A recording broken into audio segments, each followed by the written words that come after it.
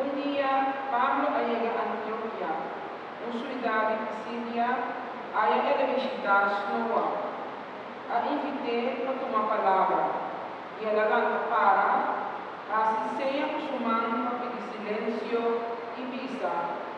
Mi hermano israelita, y vosotros a Dios, escucha.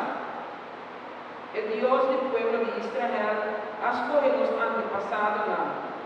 Él ha asignado un pueblo grande mientras estaba extranjero ainda en Egipto. Después él ha sacado de Egipto un man poderoso. Después de que Saúl como rey, él ha puesto a David como rey. A favor de David, Dios ha dado el testimonio aquí, diciendo: Mi ahaya David, yo dije, un hombre según mi corazón, un gente que lo cumple mi voluntad.